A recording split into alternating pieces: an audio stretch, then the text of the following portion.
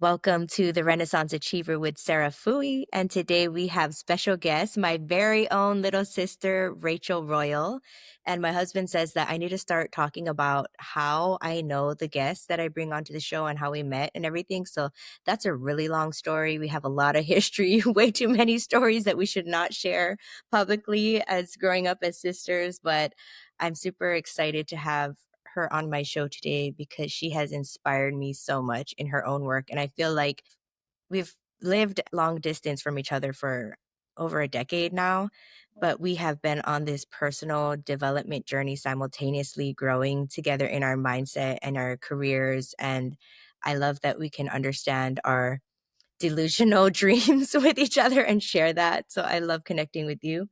And I'll share a little bit about Rachel's bio. She is a life and business coach, serial entrepreneur, and speaker. She's also a licensed attorney and has led numerous multi-million dollar companies.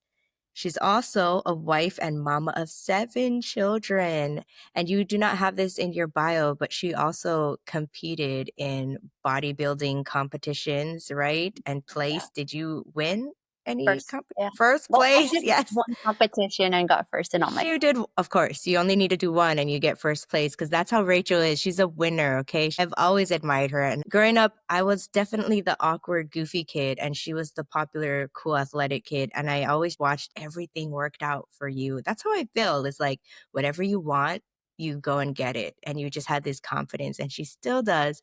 And so I'm super excited to just talk about all of the different, different phases of life that you've been through.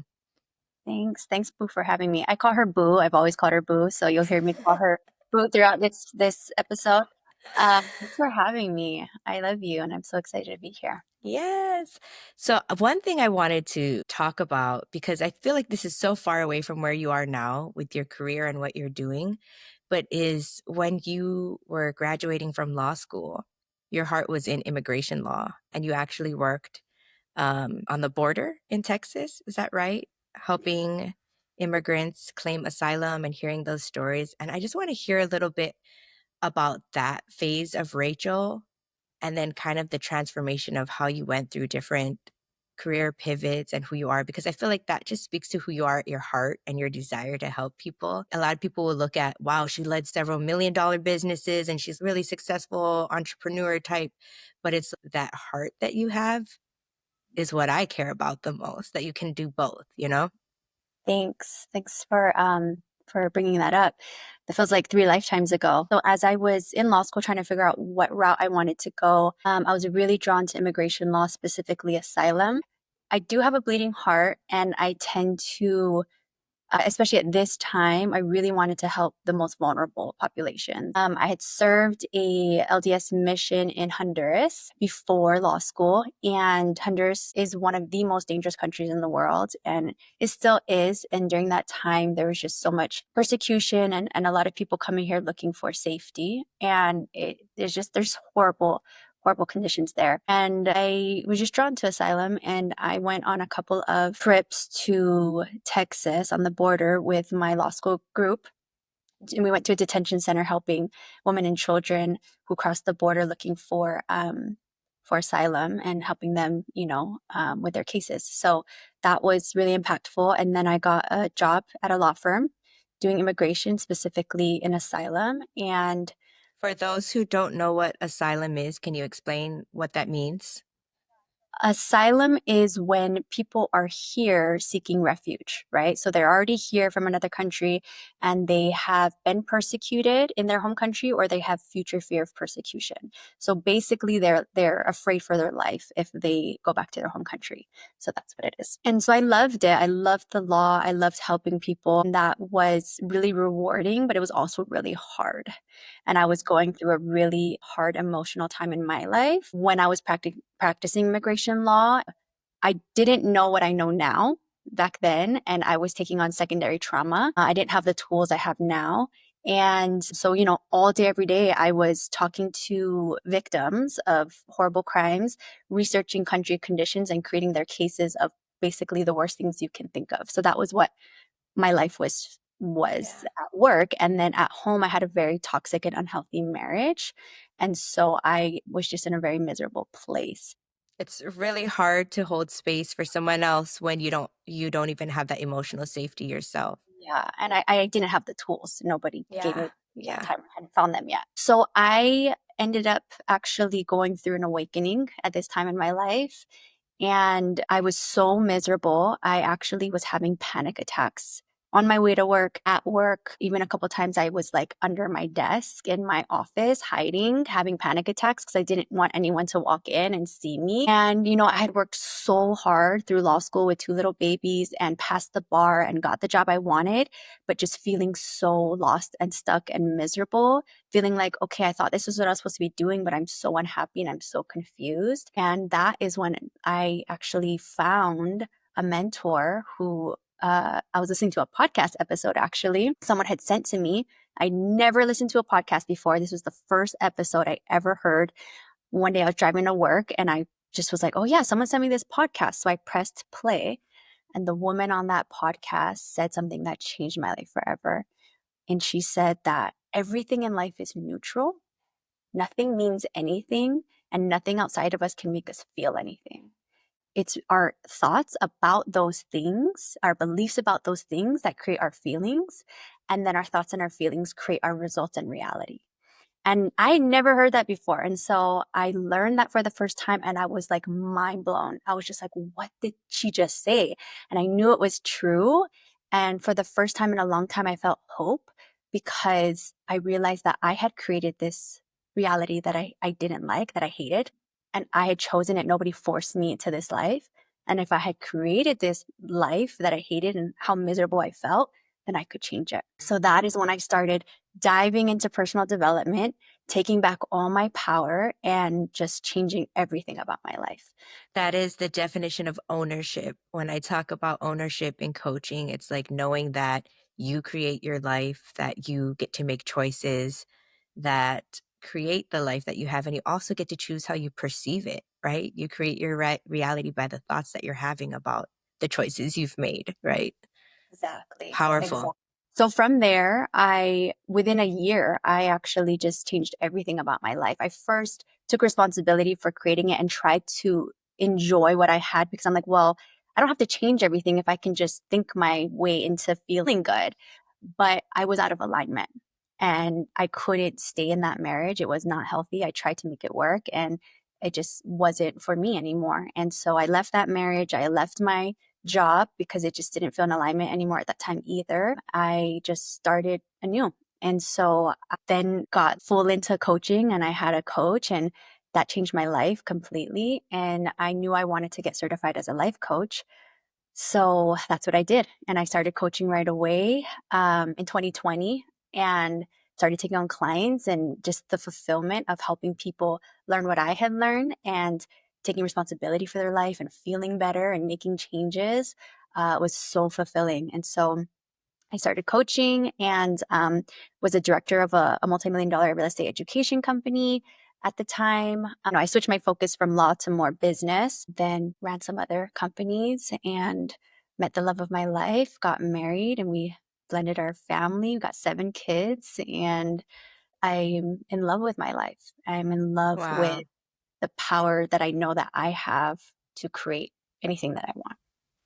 I love that. You've created this beautiful life. And I love how once coaching became a part of your story and a part of your identity, I feel like you carry that into everything you do. Like you're running these businesses, but the culture is this coaching growth mindset. And in your family with your kids, I see the way you raise your kids in their sports or soccer or entrepreneurship. And it's like, teaching them these life concepts that you've learned from coaching. So it's so cool to see how you just bring all of that together. I Thank love you. it. Yeah. Yeah. Yeah, I feel like once you're exposed to these things and you learn them and you apply them, like you can't unlearn it. And then you see how well it works into creating the life you want. And I'm not perfect. I'm human and I'll still get let back into victim mentality. And then I'll catch myself. I'm like, no, I cannot blame anyone or anyone outside of me. It's me. I'm responsible and I'm powerful and I get to create what I want. Yeah. And when you're doing the work, I tell people it takes ongoing maintenance. You don't just go to the gym and get fit once and you're like, I'm fit now. I never have to work out for the rest of my life. no, you have to keep exercising, and that's how your brain is, your mentality, your spirituality, like, you have to work on it daily in order to maintain that healthy state, and I have been doing that work, and I had a shift like that this morning. I was actually, full disclosure, arguing with my husband. We were got into this big argument of bringing up way past stuff, like, and we were digging into the past, and then I paused, and I had this moment of, like, why are we even arguing about this? Our life is amazing. And I said that out loud and I was like, I love the life we created. I love our kids. I love our home. Like, why are we mad at arguing? What are we talking about? He's like, I know. And then we started talking about things that we're grateful for and like shifted into love. And I immediately felt my physiological response change. That energy in my body was like, "Urgh." And then all of a sudden I was like, "Ah, what? My life is great." And I felt that lift and that expansion come through. And I was like, oh, this is because I've been doing the work, that I've been in this pattern, arguing about these same dumb things over and over before, but I would have let it spiral me and derail me and stay in that ugly place for a long time before. But because I've been doing the meditations, the visualizations, the journaling, the praying daily, that I was able to catch my thoughts and be like, what am I doing? I get to create what I'm focusing on. And I just shifted it like that. So it's so powerful. It's so powerful when you have those tools. I love it. Yeah. And when you are, like you said, in that state because you're practicing, you're doing the work, you're in it, it's like when your energy shifts into what you don't want and who you're not really and who you're not wanting to create, it's so uncomfortable because you're like, wait, this isn't who I am, this isn't what I want. And then you can shift it immediately, like you did. I love that. You're That misaligned. That's why it's uncomfortable, because it's not your true self. It's not your true spiritual, authentic being. That's the discomfort or the negative emotions that come through. Yes, we could go so deep with this. Well, one question I wanted to ask you was, okay, law school, that is like not an easy feat, to go through law school, to pass the bar, to become licensed.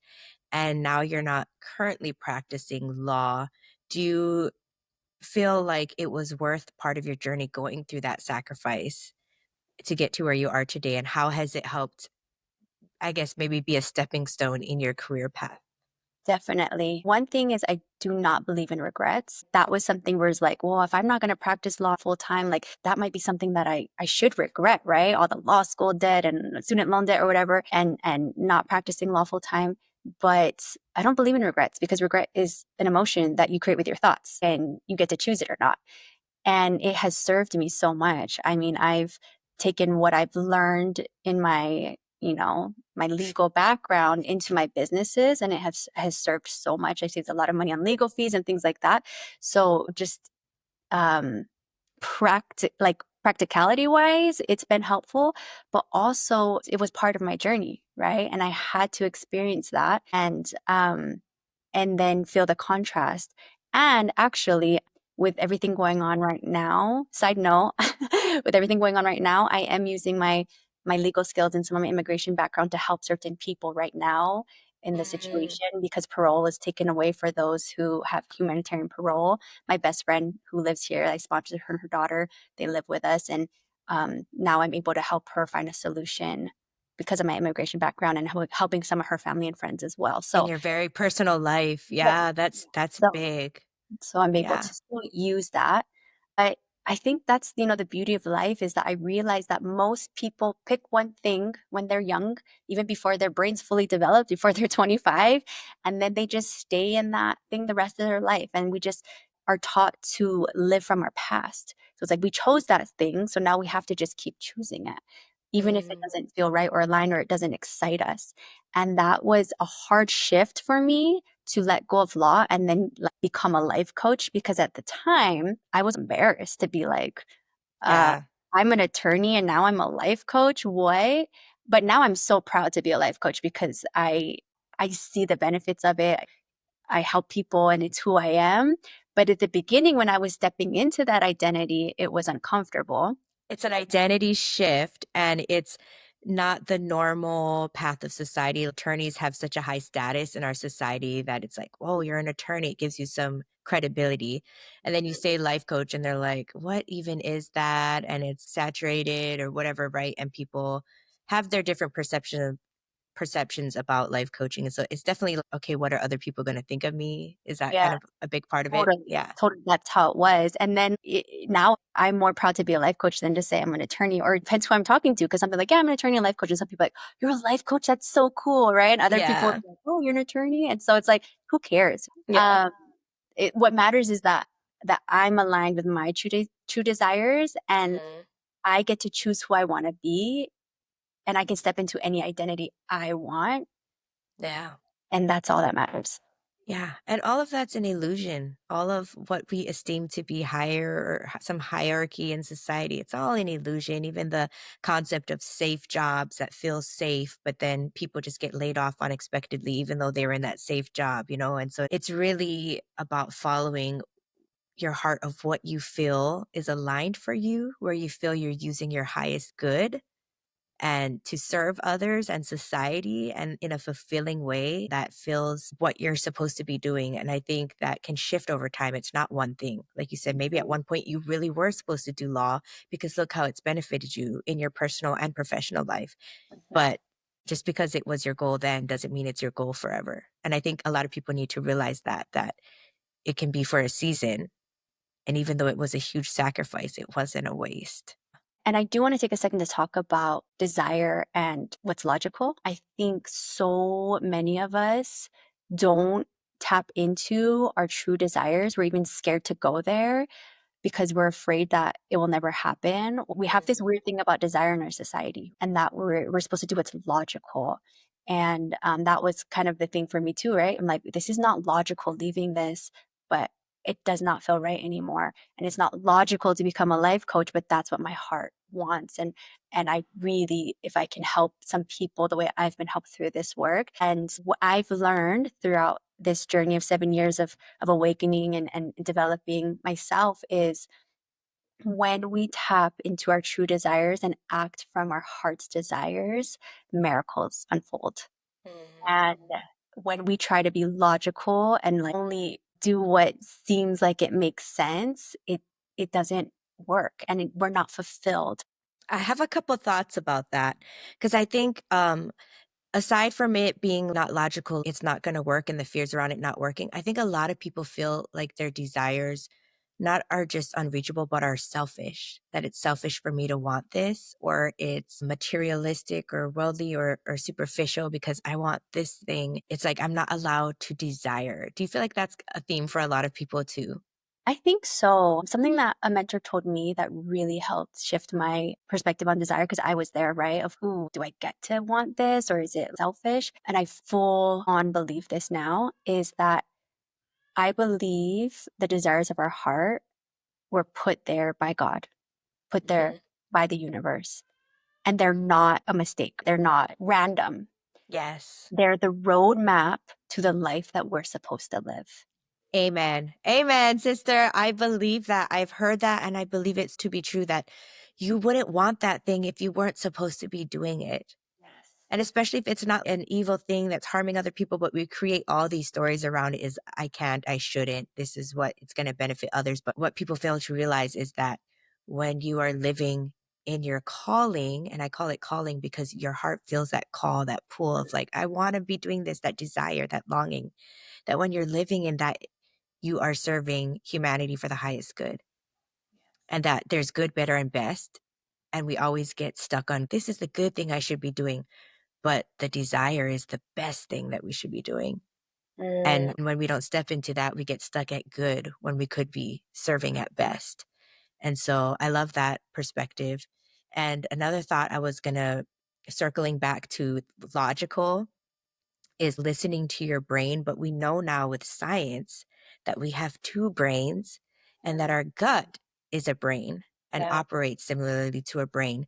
But it's like this masculine feminine thing where we're so stuck in our modern society, especially Western society, to be focused on only the logical brain and to ignore the gut brain, which is your intuition and your inner knowing.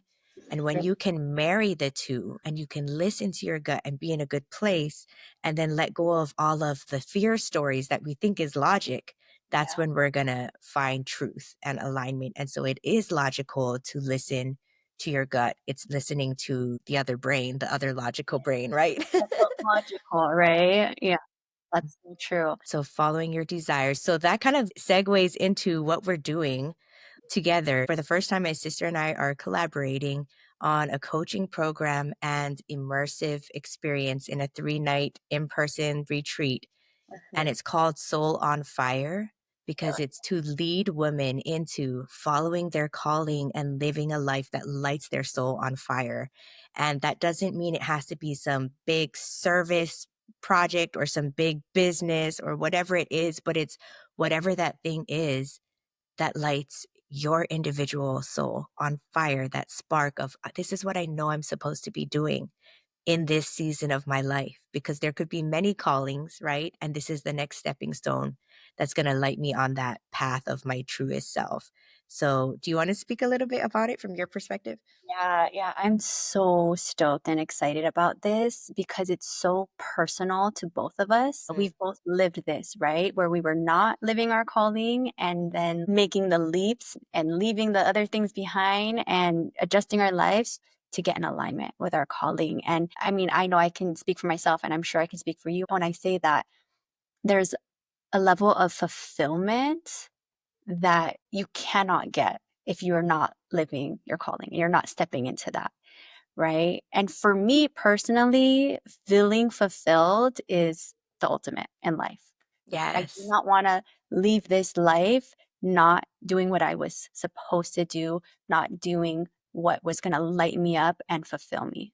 There's a joy that comes with being in that alignment. And as these spiritual beings having this earth experience, I feel like we are intended to eternally progress, to eternally serve, and to grow as individuals and as a whole in humanity. And that when we are not progressing, we are regressing. There's no such thing as stagnancy. Yes, we're either growing or dying. Yes, you're either growing or dying. And so many people are unhappy or they're anxious, depressed, unfulfilled because they're not growing and they are literally dying.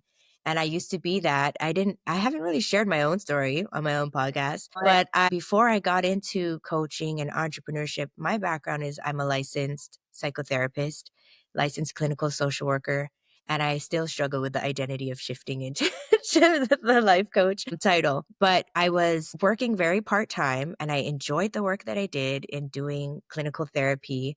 I had 3 or 4 kids around this era of my life, 3 kids. It was when I had my fourth kid that things really shifted for me. And I was mostly stay at home while my husband worked full time. We were living in Hawaii. We had a really good life. I mean, I got to be with my kids after having worked full time for years and being away from them. And it was the happy season. But I also I had no goals. I had no personal goals or ambition. I wasn't creating music, which is like dear to my heart and one of my callings. I was just scrolling on social media a lot. I wasn't creating content or sharing or inspiring anyone. I was just like deleting Instagram every few months because I hated how it made me feel. I would binge on Netflix. I would stay up late, sleep in late, have a really short temper with my kids. And it was like, why am I so unhappy? Like my life looks good. I have all these things, but what's the point? What's the point of this wake up and go through the grind of life every day? I didn't have purpose. And of course, being a mom is very purposeful and I love it, but it's also very hard, right? And hardest and ever. it's only using these certain aspects of skills. And I was like, I know that there is more for me. And when I started to tap into reading books again and personal development, and I stopped watching, I was paying very careful attention to my energies and I just didn't feel good when I watched certain shows. So I just stopped watching Netflix shows altogether. It's like, I don't need that in my life because it pulls my energy down instead of up, you know? And I just started making all of these shifts in my habits. And that in turn helped me to be a happier mom, a more patient mom, a more joyful mom because I started doing these things for myself. And I think so many people see someone starting to shine and grow and do things for themselves and they think, that's so selfish. What about her kids? And it's Mm. like, this is the best thing you can do for your kids is to be a happy, fulfilled mom and show them how life is supposed to feel. And so I started showing up. You could spend full time with your kids and not be present with them, True. right? Or you can take some time away from them to work on the things that light you up. And when you come back, give them your full attention and see them and let them see you fully and have a deeper connection, right? It's how you're connecting with them. And so I started to make that shift in my own life. I started to pursue entrepreneurship, which growing up, I remember saying as an adult, I will never be an entrepreneur. I will always be broke. I don't have any I goals or remember dreams. saying that you were, Yeah, I really believed. why would you stop I saying that? I didn't understand the power of my words, and I just saw this is my life. I was stuck in a victim mentality. And on a side note, part of what pulled me out of this too was I started doing some deep therapy, trauma therapy work to heal some things from my past that helped to lift me out of this victim mentality at the same time that I was diving into entrepreneurship, personal development, and changing my habits. And I think both of those combined shifted everything in my life as far as my personal relationships, my career choices. And now I'm doing coaching full time. I'm running group coaching programs. I'm doing one-on-one sessions. Now we're doing this retreat. I'm doing keynote speaking and I'm combining it with my music, which has always been something I felt called to, keynote concerts, and using that to inspire and uplift others. And I feel like this is so aligned. There's nothing else that I'd want to be doing. This is my dream job. And I get to homeschool my kids and I work maybe like 15 hours a week max from home. Amazing. So that's a dream life, right? I used to be working 50 hours a week on call 24/7 while trying to be a mom. I was burnt out, miserable. That wasn't the life for me. But it didn't happen overnight, right? So when you start taking one brave decision after another and start moving your feet forward on the path, that's where you start creating the life of your dreams. But you have to start somewhere. I love it. I'm so glad you shared all of that. And it just reminded me of how far we both have come. And I remember for you saying that, I remember because I think I had started my personal development journey a little bit before you. So I was Hmm. brainwashing myself with all this positivity and I good. thought you were crazy. And now we're both delusional. So Yeah. in the best way. So I remember we were talking on the phone one time and I was driving home from work and you're like, yeah, just having money is just not in the cards for me. And I was like, why would you say that? The words, your thoughts, your beliefs create your reality. And then like not long after that was when you started your shift. And it was so cool watching your shift from the outside, like who you were to who you are now. It's this completely different person. Same authentic, Thank you. funny, amazing, loving person, but just, you're just a completely different person. And I love it because we get to do this 24/7 whenever we coach each other, we help each other on this journey. And it's so cool to see that. So you're the It perfect is. example of stepping into your calling with faith, just knowing that it's going to work out.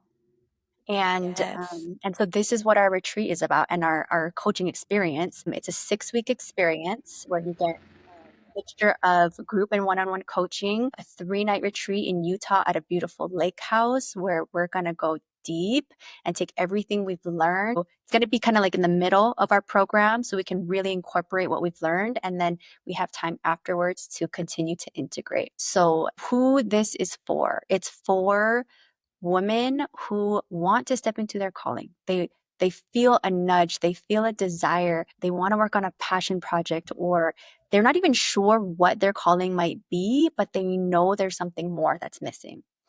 And our job as coaches, this we do this all the time is we help people first get clarity. They get really clear what is that thing that they want to create? What is that thing that they want to step into that would bring that fulfillment, that would bring that joy that's missing? And if they're a Renaissance achiever like us, it's identifying the one thing to focus on in this season. Because some people are like, but I want to do this, this, this, and this. Okay, well, we help you get that clarity on this is what you need to lock in on first, right? Yes. So, first step always is that clarity. What's most aligned with you right now? And then we've both been trained in techniques to help rewire your brain. So, we help you get the confidence that you need to take the action, to believe and step into this identity of being this person. And we go through this reinvention process of taking who you are now, which is great and beautiful, but really like Let's strip that down, get to a blank canvas, and then create whatever you want and create that confidence to just go for it. And then Yes, the identity work is a big piece in that confidence aspect. Totally. becoming that person you need to Mhm. be to take those steps, right? Yes. And that leads to the third part is we help you take the action. We're not just going to be like, oh, this feels good, let's get clarity and make you feel good. No, we'll hold you accountable to take the action, take the steps to start. And even some people might just fully jump in by the end of those six Yep. weeks, right? That's the goal, is you're fully stepping in. It's scary, and we've got you, and we're doing it together as a community of women who all want the best for you. Yeah, you better do something about it. We're not just here to feel warm and fuzzy, okay? We're here to make ripples and changes. And so there's accountability and strategy. And I love that side, the creative problem solving of whatever it is that you want to create. And this is not just for entrepreneurs. It can be for entrepreneurs, it can be for creatives, it can be for stay at home moms, it can be for the career woman who doesn't want to leave her career and she loves it, but she just wants to find something that is meaningful or purposeful to her, and just following those soul sparks of where am I supposed to be led right now. Yeah. Totally. I've reinvented myself so many times in different areas, but an example of following my heart's desire that led me to one of my greatest gifts is I had been separated for about a year after my divorce, and I've always loved dancing, especially salsa dancing. I did it before I got married, for my mission, and I just loved it. It lit me up. And for 10 years, I hadn't danced. And finally, a year after my separation, I was like, I need to just do it. I want to. But it was scary. It was like, okay, I haven't done it in a long time. I don't know anybody in the community, but I just finally did it. I signed up for some private classes, and then they're like, oh, there's a social that's like a dance where you can just go and dance with people. And I was like, anyone can just show up. And my teacher, my instructor was like, yeah. And I was like, okay, like I'm not that good yet because it's been a while, but I'm just gonna go and meet people. And it was kind of scary, but I just did it because my heart was calling for it. And the first salsa social I went to, I ended up meeting my husband, my soulmate. Mm. And that was part of my calling, meeting him and creating our family because I followed my heart's desire. I had no idea that starting salsa classes and going to a social would end up like having me meet my soulmate and create this beautiful life with him, right? But Change the entire trajectory of your life because you followed that little calling of this desire, I long to do this, it feels right. And how many times do people think that that's so insignificant? What does it matter if I go to a dance class or not? I just want to. Just do it because you want to. I had to coach myself. I had to get myself Yeah. to do it. And it's not always easy. And so that's just one little example of following your heart's desire and never knowing what will That's happen. not a little example. That's a big one. That's a big one. Example that seems so insignificant of wanting to learn how to salsa again, right? Perfect example. I love that story. It's incredible. And I would say I have a similar, I mean, not not to that depth, but for my story, I love music. I love songwriting. And when I lived in Salt Lake City, we had this 9-piece reggae bands with like horns, background vocals, and we got to do some amazing gigs opening for some international reggae names, big reggae names, Alpha Blondie, Kali Buds, Sister Carol. We got to play live on local TV for the news. We've got to play on the local radio station. We had all these cool experiences, recorded albums, and it's all because our brother, Aaron, was my manager and he just was really good at what he was doing. He's a But he was a hustler. hustler and it was an amazing experience. And I didn't let myself dare to dream that music meant anything. I didn't realize the concept that the desire is put there for a reason. And I thought, this is just distracting me from what I should be doing. I should just focus on being a mom. I should focus on my career. I went through grad school and had 2 children at the time that I was singing in this band, and I was still gigging throughout. But then I decided to move back home to Hawaii, and at that time, I left the band behind. And I didn't have the drive and skill and confidence to put together bandmates the way that my brother had, and so I just never played in a band after that. And before we had moved, we had recorded these 4 tracks, these 4 songs, fully recorded, but they just needed to be edited and mixed and, completed before they were released. They sat on a hard drive for 7 years. I didn't do anything with them. And then finally, as I started this personal development journey and I started taking coaching and the mentorship and reading and setting goals again, I was like, I'm going to release these songs.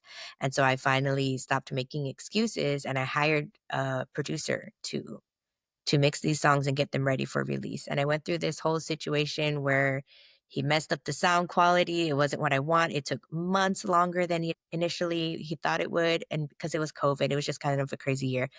But I finally got these songs back and it wasn't the sound quality I loved. And I could have just been like, I give up. I'm not going to do anything with them. But I was like, you know what? I'll just pitch it to a local radio station. Why not? What do I have to lose? I didn't have any contacts. I just emailed this guy that was a DJ for a local radio station. He said he loved the song and he was gonna air it, and they wanted to do a live interview with me, like, that week, and I was like, "What? I haven't been doing anything with music for 7 years. This was a song I recorded with a band that no longer exists. 7 years ago, it's just been hiding, collecting dust on a hard drive somewhere while I'm living my life hiding away from the deepest desires of my heart, and as soon as I pulled it out, it was like, boom, I got this song on the radio, and then that inspired me to record another song that also got on the radio that is still played today. I had a client just send me a video this week. She works at an auto shop and they're in the auto shop fixing cars, all these men, and they're playing my song on the radio. And she's like, look, we're listening to your song. It's just like you said, how the universe just kind of moves together to make your dreams happen when you decide to start following those desires of your heart, right? And it's so fulfilling. And we just want other women to experience this. So, any information about that, I'm going to drop in the show notes the link to the website. It's called Soul on Fire because we want to light your soul on fire where you just feel passionate about life, where you're like, I know I'm doing what I'm supposed to be doing with my time and energy on this earth. And that's how we want you to feel. So I'll drop the link to the website in the show notes. Any other last thoughts that you want to share, Rachel? Just one of my favorite quotes that I heard that really helped me make decisions in life that I just think is so empowering is the best thing a mom can do for her kids is be happy. I just love that because I don't want my kids to sacrifice and be unhappy when they have kids for their in the name of their kids' happiness, right? Like I don't want that for them. So why would they want that for me? And being an example of a lit up, fulfilled woman to your kids, that's what you need to give them in life is showing them, hey, I'm going to tell you to find your calling in life and be happy, but I'm not doing the same. So kids don't Yeah. do what they're told, they do what they see, what you model for them. And so yes, do it for yourself and do it for your kids. If you are a mom or Yeah. I have been emotional. I have 4 biological kids. I have 3 boys. And I had my 3 boys when I went through my divorce, and it was really hard decision to decide to do that. But when I heard that quote, I knew it was true, and I knew that them seeing me happy was gonna be so much more powerful than me staying unhappy for the sake of them to have their parents together. And 7 years later, it's worked out beautifully. They're happy, they're fulfilled, they have a great relationship with both of us. I have a great co-parenting relationship with their dad. And so you gotta follow those desires because it always works out. And now that I have a little baby girl, it's so different because I see her and I see myself in her. And she's become a new wife for me. I see her and I'm like, I want to do all the things. I want to live all my dreams and be so fulfilled because I want to show her it's possible. Mm, I want to show her that she can do all the things that are in her heart, that she can live a lit up life. And so anytime I have fear, should I do this or it's scary or putting myself out there, I look at her and I think, I want to show her that it's possible. I love that. And not just that it's possible, that I'm worthy of it. Because I Yeah. think, like you said, we don't kids don't learn by what we tell them, they learn by what we show them. So we can say, I love you, you mean so much, you're worthy of love and all of that. But if we don't believe we're worthy of happiness and joy and fulfillment, and they can see that, then that's what they're gonna model, and they're gonna say, "Well, if mom's not worthy of it, then it's wrong for me to be worthy of it," right? And so to model that, like, self-worth comes from allowing yourself to live in joy and making choices from a place of joy instead of fear. And this program doesn't have to be for just mamas, but because we're both mamas of a lot of kids, that's what's, dear to our heart. And I think that's what holds a lot of women back is that mom guilt. And so to navigate that and realize that you can have both. You can be a good mom and you can do fulfilling things in your life. Thank you for sharing that. I love you. Got me all teary on my podcast for the first time. This definitely won't be our last episode together. We're going to have to do this again because, hello, we talk story all the time. So I just be like, hey, Rachel, let's just record this and just For sure. A put lot it of our out phone there. calls could be a podcast for sure. Right. We do coach each other all the time, and we take turns having our meltdowns and being like, "Ah," and then telling each other the things that we already know, but we just need to hear it from someone else, and so I love that we have that dynamic. Yes. And that's another part about why we created this program is Mm, for that support, that accountability. Like it's so hard to do this work by yourself. But when you yes. have that support of the people who just want you to win, who love you, and then have the skills and the tools that we have. Because I'm not going to go call one of my friends who don't have your skills when I'm having a meltdown and I need the coaching that you can give me, right? I'm going to Right. go to you because, and I'm so lucky I have you because you have those skills. And so that's another reason why we created this because it's so much stronger in community. And then, yeah, we can. Yeah, when you're trying to do something you've never done before, you are going to run into all kinds of resistance. And so having that community, that support, also the accountability and the examples of seeing other women go for it, that is one of the biggest benefits of a program like this is that ongoing support. So yes, it's so huge. Thank you, Rachel. I loved this session. I'm so excited to do Soul on Fire with you. Please reach out to us on the website if you have questions, follow us, or where can our listeners find you or contact you or follow you? Yeah, probably the best place would be my Instagram at Rachel Joy Royal, spelled just like it sounds. Rachel Joy Royal on Instagram, and I'll put it in the show notes as well. Thank you, Rachel. I love you. Love you.